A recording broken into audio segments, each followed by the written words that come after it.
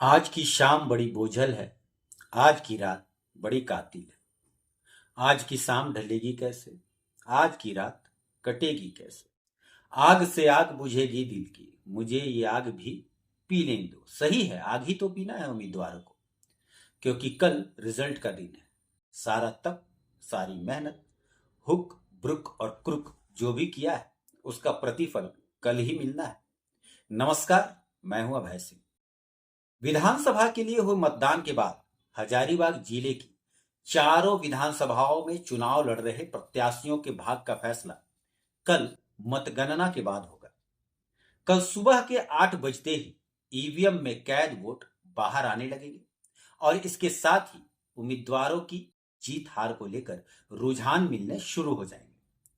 शाम होते होते कहीं खुशियों की बारिश होने लगेगी, तो कई लोगों की शाम गम के साये से घिर जाएगी। लेकिन रिजल्ट से पहले वाली रात, यानी आज की रात, सभी प्रत्याशियों को बेचैनी तो रहेगी।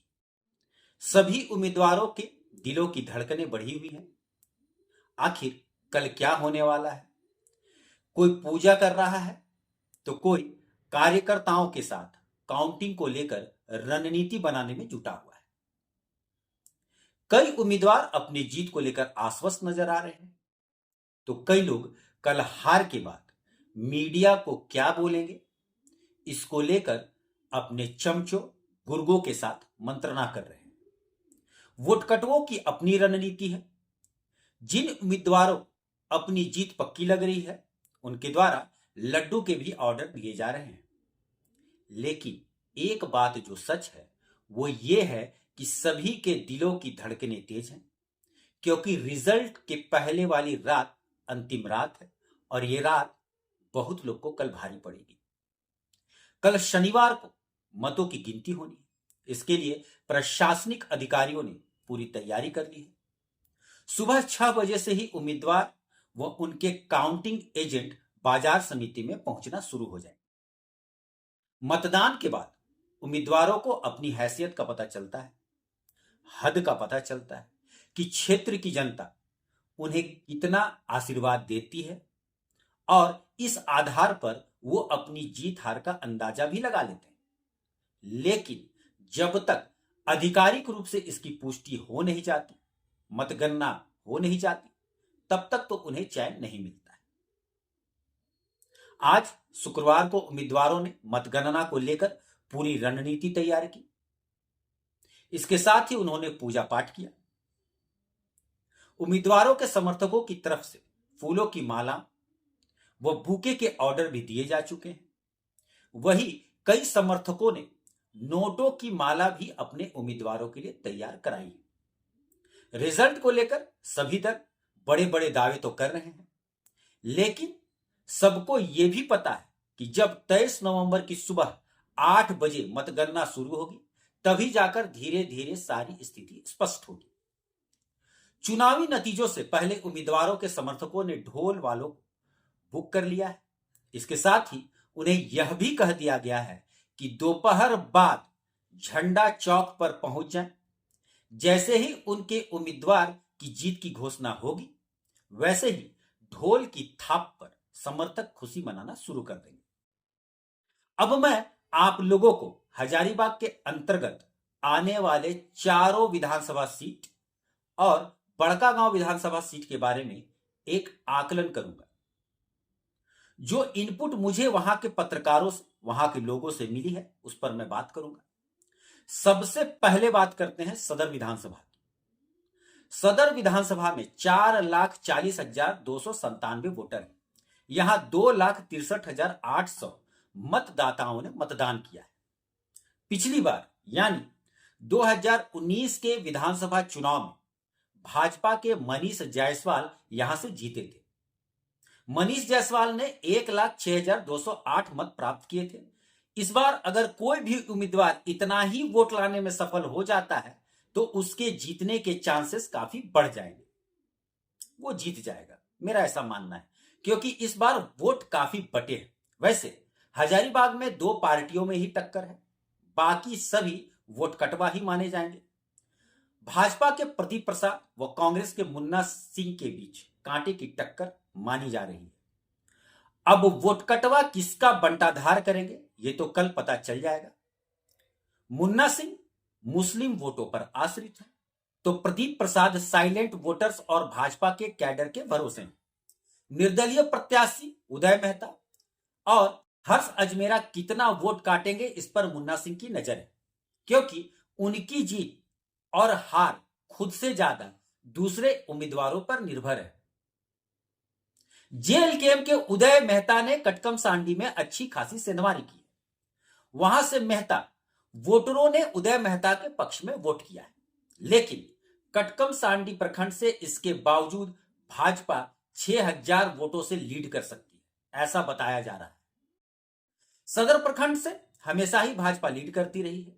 यहां फॉरवर्ड वर्सेस बैकवर्ड जम के चला। माइनॉरिटी वोट्स कांग्रेस के साथ रहा, साथ ही कुछ सवर्णों ने मुन्ना सिंह का भी साथ दिया है। सदर प्रखंड से हर्ष अजमेरा जितना भी वोट निकालेंगे, नुकसान भाजपा के प्रदीप प्रसाद को ही होना है। इन सब विरोधाभासों के बावजूद सदर ब्लॉक्स बीजेपी लीड कर जाएगी, क्योंकि बहुत से लोगों से मैंने बात खुद किया है तो उन्होंने यही कहा कि बूथ में घुसते ही मन बदल गया और वोट बीजेपी को दे दिए। यही बीजेपी का कैडर है जो वोट अंत में भाजपा को ही मार देता है। कटकमदाग प्रखंड की रिपोर्ट यह है कि वहां खपरिया में, सिरसी, दामोदी में सवर्णों ने मुन्ना सिंह को वोट दिया है, जबकि अन्य समुदाय ने भाजपा को। दारू प्रखंड में 50-50 की स्थिति है। मेरी आकलन है कि यहां से भाजपा जीत जाएगी। मार्जिन 5 से 10,000 के बीच रह सकता है, ये मेरा आकलन है। अब बात बरकट्ठा की। यहां भी दिलचस्प मुकाबला है। इस दिलचस्प मुकाबले में यहां यह देखने का आ रहा है कि यहां पर त्रिकोणीय संघर्ष है। पिछले बार यानी 2019 में उस समय के विधायक जानकी यादव के प्रति लोगों की इतनी नाराजगी थी कि निर्दलीय अमित यादव को वहां की जनता ने सर आंखों पर बैठाकर बम्पर वोटों से जीत का आशीर्वाद दिया था। इस बार का माहौल अमित यादव के खिलाफ था। ऊपर से बागी प्रत्याशी कुमकुम देवी का मैदान में उतरना अमित यादव को कितना भारी पड़ेगा वो कल पता चल जाएगा, क्योंकि कुमकुम जो भी वोट काटेगी वो अमित यादव को ही चोट देगा। बरकट्ठा में 2,45,038 वोट का प्रयोग हुआ है। सबसे ज्यादा जयनगर प्रखंड में वोटिंग हुई। इस बार के त्रिकोणीय मुकाबले में अमित कुमार यादव भाजपा से, जानकी यादव झामुमो से और बटेश्वर प्रसाद मेहता निर्दलीय खड़े हैं। ये भी भाजपा के ही बागी हैं। अमित यादव और जानकी यादव को फ्रेम में देखा जा रहा है, लेकिन इस बार बटेश्वर मेहता भी फ्रेम में। वे इचाक क्षेत्र से आते हैं। इस बार इचाक में 60,981 वोट पड़े और सबसे मार्की की बात यह है कि इस बार इचाक की जनता का बटेश्वर को भरपूर समर्थन मिला है, इसलिए ये कॉन्टेस्ट में। लेकिन क्या इन्हें बरकट्ठा जयनगर से वोट मिल पाया है? क्योंकि इन्हें कम से कम जीत के लिए इचाक के बाहर से 20,000 वोट की जरूरत होगी और यही मामला इनके लिए गड़बड़ा रहा है। जो सूचनाएं आ रही है उसके अनुसार इतना वोट उन्हें अन्य प्रखंडों से मिलेगा ऐसा नहीं लगता है। तो फिर टक्कर दो यादवों के बीच ही होगी।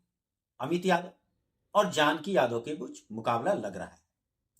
जानकी यादव को मुस्लिम समुदाय के अलावा अपने जाति का भी वोट मिला है। अमित यादव के खिलाफ माहौल था, लेकिन भाजपा के कैडर उनको वोट किए हैं, इसलिए कुछ भी बोलना संभव नहीं है। वैसे मेरा खुद का आकलन है कि बरकट्ठा विधानसभा से इस बार झामुमो के जानकी यादव के जीतने की संभावना प्रबल दिखाई दे रही है। सब कुछ उनके अनुकूल है। देखिए कल क्या होता है। बरही विधानसभा से भाजपा के मनोज यादव बनाम कांग्रेस के अरुण साहू के बीच सीधा मुकाबला है। निवर्तमान विधायक उमाशंकर अकेला इस बार तीसरे नंबर पर रहेंगे। बरही में इस बार 1,85,693 मत पड़े, जिसमें चौपारण से 82,932, बरही से 71,784 और पदमा से 30,977 मत पड़े। बताया जा रहा है कि दोनों उम्मीदवार मनोज यादव व अरुण साहू में कांटे की टक्कर है। मनोज यादव अगर चौपारण में लीड कर रहे हैं तो बरही में अरुण साहू की पोजीशन अच्छी बताई जा रही है। पदमा में 50-50 की स्थिति है। यादवों ने एक नारा चलाया था कि बटोगे तो सत्ता से हटोगे। अब इस नारे का कितना असर हुआ है यह तो कल पता चल जाएगा। यहां भीतर घात की बातें भी सुनने को मिल रही और बताया जा रहा है कि अरुण साहू के साथ भीतर घात हुआ है।